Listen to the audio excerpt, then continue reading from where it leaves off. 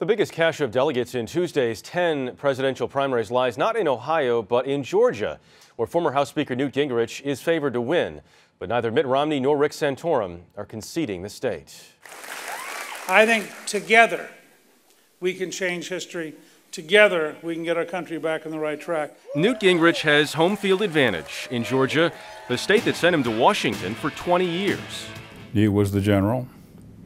He rallied the troops. Activist Oscar Persons credits Gingrich for the Republican shift in Georgia and Washington, but Persons backs Mitt Romney for president. Hi there. He has the public service where he was a success. He has the private part where he was a success. And he has the right ideology, so he's got the package. Romney's message to Georgia voters is, don't turn back the clock. If we're going to see change in Washington, we've got to see some new faces. You look better in person. Rick Santorum is courting white evangelicals, 60% of Georgia's Republican voters.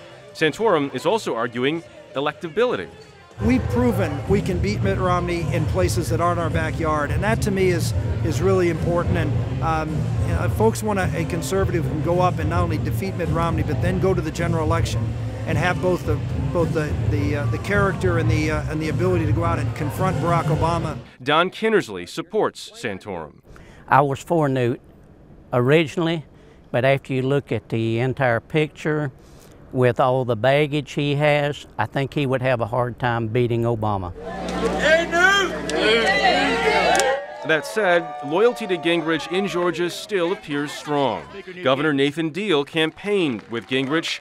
Bob Barr served with him in Congress. Rick Santorum is no Newt Gingrich. Newt Gingrich actually led the effort and did balance the budget, reform welfare, and cut taxes. God bless you. Ralph Reed, who ran the Christian Coalition, now leads the Faith and Freedom Coalition, a kind of Christian coalition meets the Tea Party.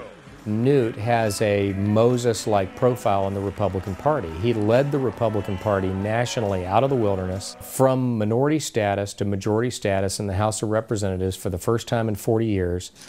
Still, Oscar Persons, who calls Gingrich a friend, cannot envision him winning the White House. I thought it was a really long shot, and it still is.